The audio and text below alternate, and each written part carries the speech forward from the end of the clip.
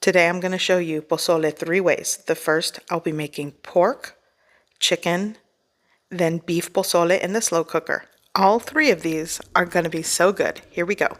First up, I'm going to show you how to make stovetop pork pozole, and I'm going to be using my cookbook recipe as a reference or guide. I will put some info in the description below for the cookbook, but this is a very easy recipe. Here in a large pot, I've added 3 liters of water, and I'm going to add around 3 pounds of pork shoulder roast that I cut into chunks, and I'm going to start to bring that to a boil. To start, I'm going to add 1 tablespoon of salt. Things like seasoning and salt are to your preference. I'm going to start with the tablespoon, and I'm going to add 2 dried bay leaves and bring that to a simmer or boil. And I'm just going to be removing all of that foam and things that float to the top. Okay, so it's at a boil, and I'm going to let this go until the meat starts to get tender.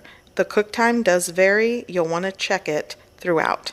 While the meat is boiling, I'm going to show you how to make the chili puree.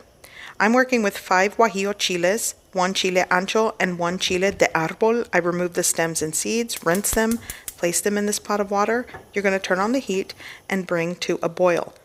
Once it starts to boil, cover with the lid, shut off the heat, and let it steep until they are soft and pliable. Then you'll want to blend them in your blender cup. I'm going to add all of the softened chilies. I'm also going to add 1 cup of the steeping liquid. You could use broth. Here I'm adding oregano, and I'm going to add onion, garlic, and give that a whirl. Be sure to check the description for the amounts. Now I'm going to pass it through a wire mesh sieve right into my pot. And just make sure you get out any chunky pieces that didn't blend well. Okay, so I'm going to lower the heat a little bit and just give that a mix. Now I'm going to add some ground cumin. Here I'm adding some chicken bouillon powder. I'm going to start with a tablespoon and a half. Again, salt, seasoning to your preference. Here I'm just going to give it a mix. And now I'm going to cover with a lid and let it continue cooking until the meat is tender. At this point, my pork meat has been boiling for a little over 2 hours. I'm going to remove half of it, and what I like to do is just shred and break it apart, just to give different textures to the meat as it continues to cook. Okay, that's going back into my pot. And for the hominy, I'm working with 1 pound of drained and rinsed white hominy. You can add more. This is what I had when I filmed this. Okay, so this is going in. And I'm just going to add that, give it a good mix. At this point, you'll want to taste it for salt or seasoning. Adjust to your preference, cover it, and let it continue simmering for another 45 minutes. And I'm going to just get the garnishes ready. Cabbage, cherry radishes, I love those. I'm also going to dice some onion and fresh lime. And this is what I'll be using today to garnish the pozole, which is pretty classic and traditional. So check this out. Right under 3 hours, you have a delicious pork pozole. So I'm going to serve a bowl. I'm going to add my garnishes, and it's time to dig in. And this is one way to make pozole. So now I'm going to show you how to make chicken pozole. Today I'm going to make an easy variation of chicken pozole. I will be posting the link in the description below this video for my original chicken pozole, but today this one's going to be super easy to make and just as delicious. To start, I'm going to be boiling a 5.5 pound chicken. I have completely thawed this whole chicken and let it set on my counter for about 20 minutes to remove the chill. I'm going to fill an 8-quart pot with about 5 quarts of water, and I am going to bring it to a gentle rolling boil and allow it to cook for about an hour. Now, if you are working with a very cold chicken or semi-frozen, the cook time will definitely vary. So for a more even cook time, be sure that it's completely thawed. Now I'm going to add half of a small onion, 4 cloves of garlic, 2 large bay leaves, and 1 tablespoon of Mexican oregano. Once my pot of water comes up to a gentle boil, then I'm going to start the cook time. You'll want to make sure that it's actually simmering and boiling before you start your cook time. Throughout the cooking process, I will be skimming out any fat or foam that floats to the surface. Once my chicken is done, I'm going to remove it from my chicken broth and I'm going to set it aside to be shredded. And I'm also going to be reserving that chicken broth that's left in the pot. To remove anything that I didn't skim out from the chicken broth, I'm going to strain it through a strainer with a mesh cloth in there, and it'll catch anything that I didn't skim out. And as you can see, there was some chicken left at the bottom of the pot. So basically, after straining your broth, you are left with a cleaner broth to be used. And this is 2.5 quarts of broth that it yielded. So now I'm just going to take 2 forks and shred all of the chicken. I'm probably going to remove most of the skin and just shred the chicken. You could also use your clean hands to shred the chicken. I actually like to let the chicken set for about 15 minutes before shredding it. So now that my chicken is shredded, I'm going to set it aside and go over the rest of the ingredients. I'm going to be using 2 cans or 2 30-ounce cans of white hominy. You could add more if you want more. This is all I had in my pantry. I'm also using 3 ounces of menudo mix. This is a menudo spice mix. I'll be using salt to taste and some chicken bouillon powder base. I'm going to start with 1 tablespoon of salt and 2 tablespoons of the chicken bouillon powder. Okay, so I'm working with a 12-quart pot now, and I'm adding 5.5 quarts of water to my 2.5 quarts of chicken broth. Now I'm going to turn on the stove, and I want to bring that up to a simmer. I'm also going to add my menudo spice mix. I'll also be adding my salt and chicken bouillon powder, and I want to bring that up to a simmer before I add anything else. And again, the ratios of salt and chicken bouillon powder is definitely up to you and to your taste. You'll want to taste this throughout before adding any more salt. And if you do not have the chicken bouillon powder, you don't have to use it. You could just add the salt. So once this is simmering, I'm going to give it a mix.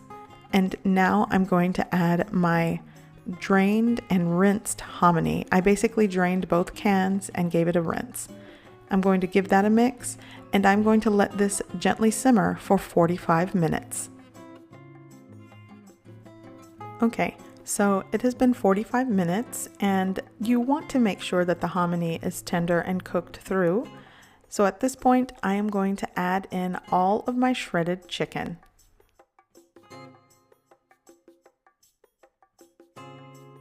Because the chicken is completely cooked, I'm basically going to combine it in the pot and just let it continue simmering for about 15 minutes just so that it can heat through.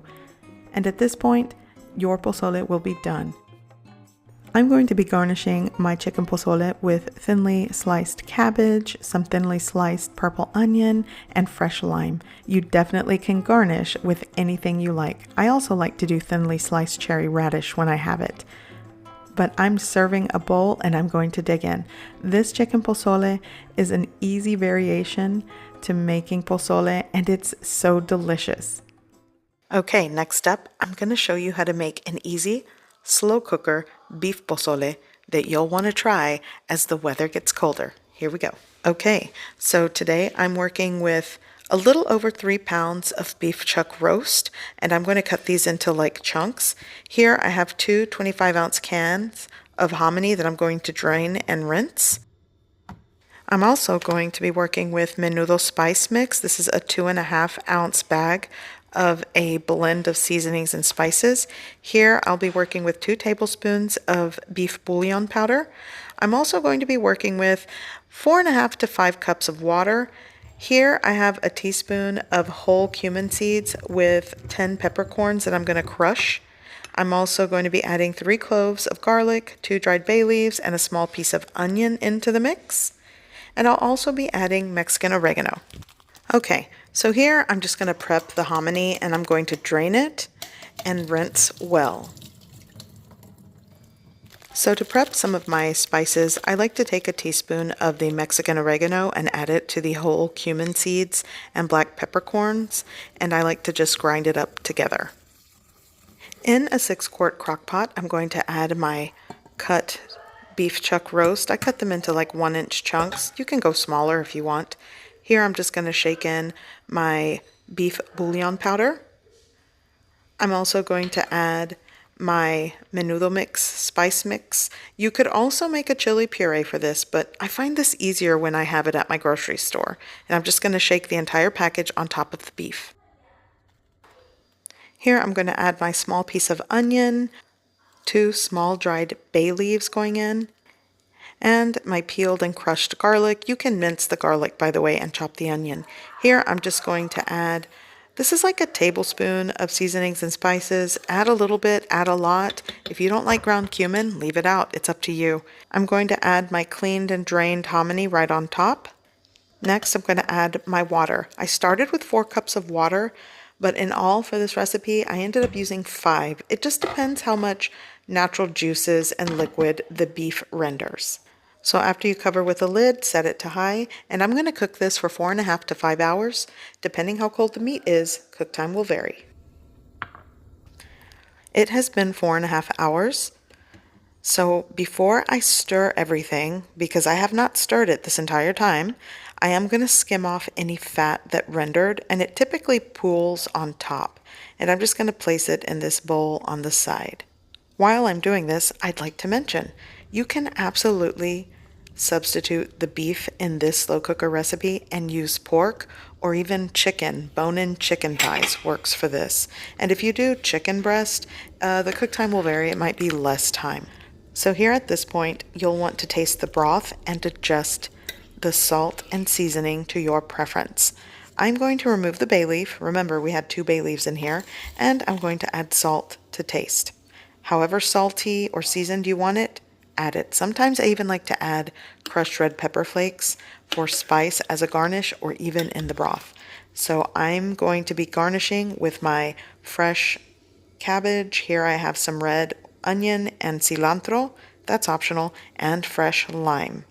So I'm going to serve a bowl of this delicious slow-cooked tender beef pozole.